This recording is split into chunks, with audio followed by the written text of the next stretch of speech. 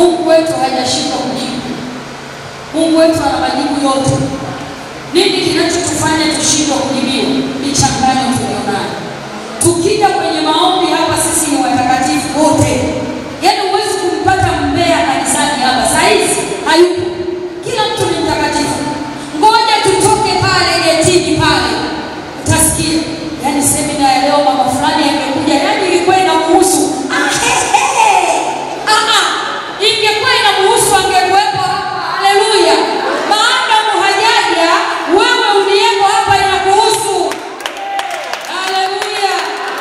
Yaani leo angekuja yule mama, nakwambia acha, yaani uso umeshuka. Wewe ndio umetoka kutengenezwa sahihi, alafu unaangalia uso wa mwingine kushuka. Hapana, angalia vya kwako. Amina watu wa Mungu. Yaani siku zote ukitaka kutoka, ukitaka kufanikiwa kimaombi, usiangalie mtu, jiangalie wewe.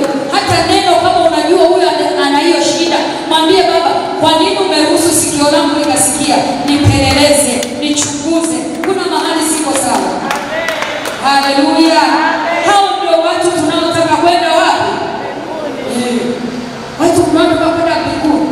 Hatuko kwenye usengenyaji hata kidogo. Mchungaji leo kahubiri, lakini umeona kanzu yake. Yaani sijui kama mchungaji naye hamnyoshei. Yule mama naye mvivu. Hata kama mama mchungaji ana jambo zuri ataita wa mama, una ujasiri wa kubaki umenyamazishwa. Amen. Haleluya. Na hivyo tunamjua mama mchungaji wa hapa ni mfugaji.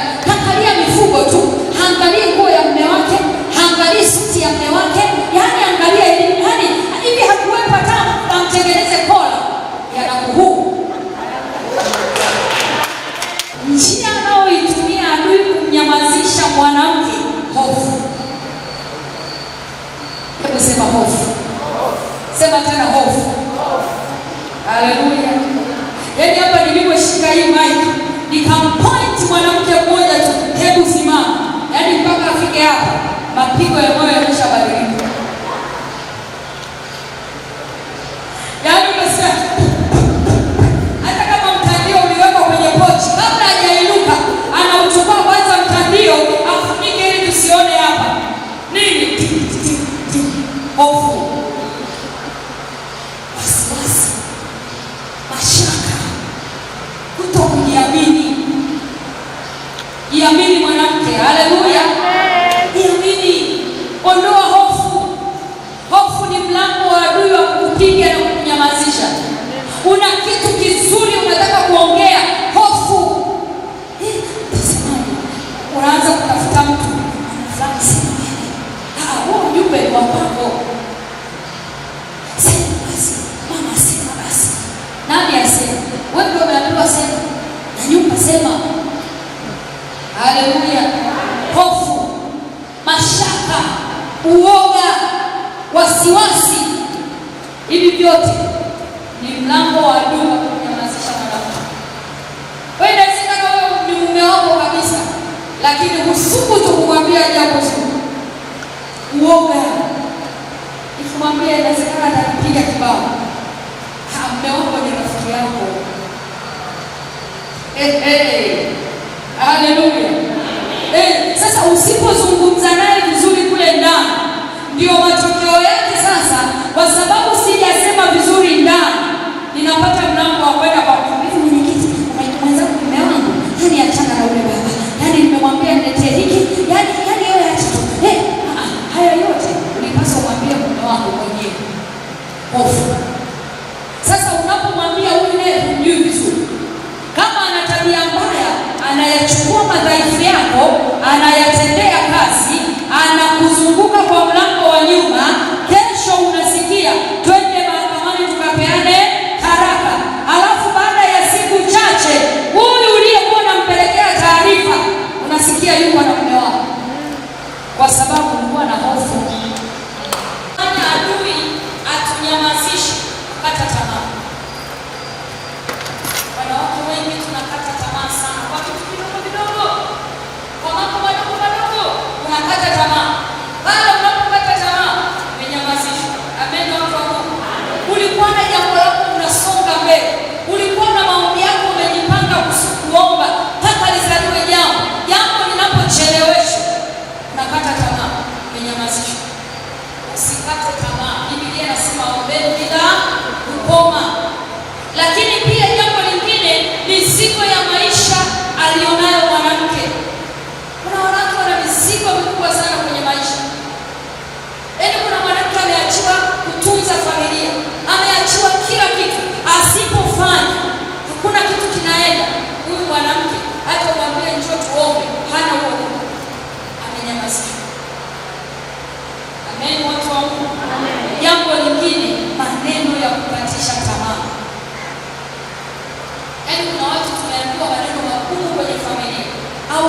ndoa zetu au hata kanisani, lile neno, hakuna vita ngumu kama vita ya maneno.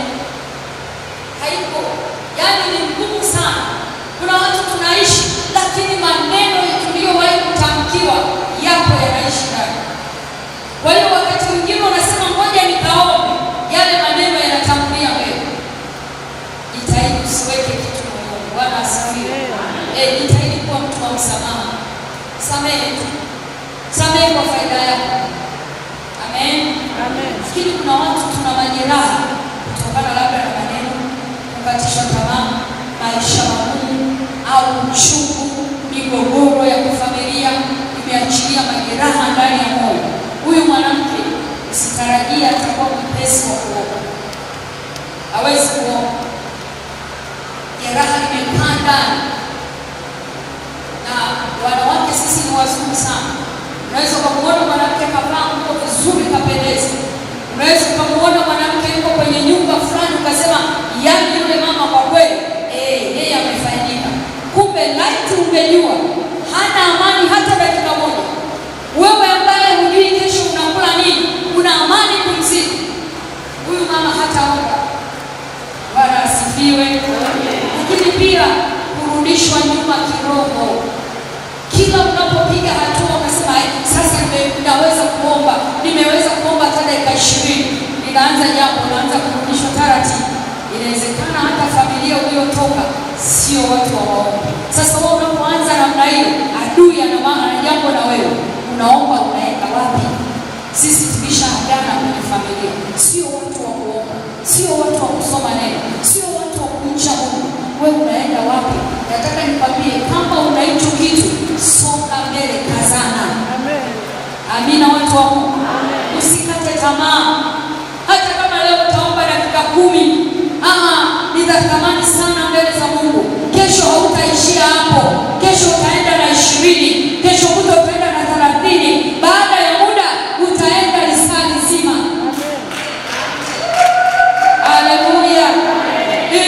Kwa sababu sio kitu chepesi. Watu wengi wa Afrika au wa Tanzania, najua koo za Tanzania, koo za Kiafrika tulizotoka sio nyepesi kama unakufikiri. Kuna mambo mazito yanafanyika huko nyuma, na kuna mambo mengine mazito tumeyafanya sisi wenyewe. Nimesema hata mtenda dhambi kurudishwa nyuma kiroho ni vyepesi.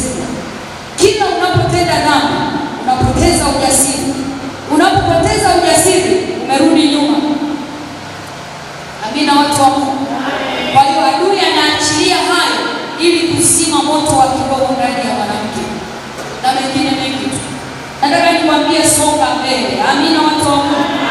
Adui yuko kazini kuzima moto wa kiroho ndani yako. Usimpe nafasi ya adui. Biblia inasema mpingeni shetani naye atafanya nini? Kwa hiyo shetani lazima uendelee kinyume. Adui anakupiga hofu, naambia hapana. Mimi sijaumbiwa roho ya hofu. Mimi sijaumbiwa roho ya mashaka. Sijaumbiwa roho ya wasiwasi. Mimi nimeumbiwa roho ya ujasiri na ya kiasi. Songa mbele. Haleluya. Lakini anafanya hayo yote pia adui ili kuzuia maombi ya mwanamke, maana yana nguvu dhidi ya adui. Usiache kuomba. Amen. Wala usijidharau. Fungua kitabu kile cha Yakobo mlango wa 5 mstari wa 16. Ya maneno mazuri sana pale. Biblia inasema ungameni dhambi zenu ninyi kwa ninyi na kuombeana mpate kuponywa. Kuomba kwake mwenye haki kwafaa sana, akiomba kwa bidii. Omba kwa bidii. Ungameni dhambi zenu, samehe.